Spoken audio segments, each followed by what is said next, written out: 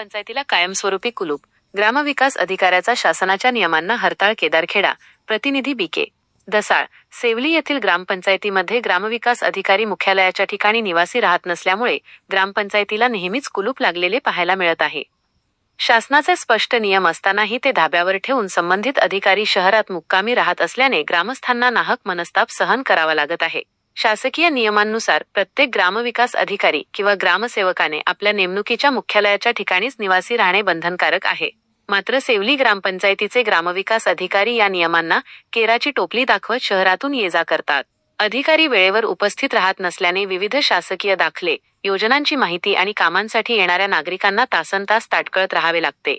अनेकदा ग्रामपंचायत कार्यालय बंदच आढळत असल्याने नागरिकांना रिकाम्या हाताने परत जावे लागत आहे. मुख्यालयाच्या ठिकाणी अधिकारी उपलब्ध नसल्याने गावातील विकासाची कामे खोळंबली असून सर्वसामान्य नागरिक व शेतकरी त्रस्त झाले आहेत.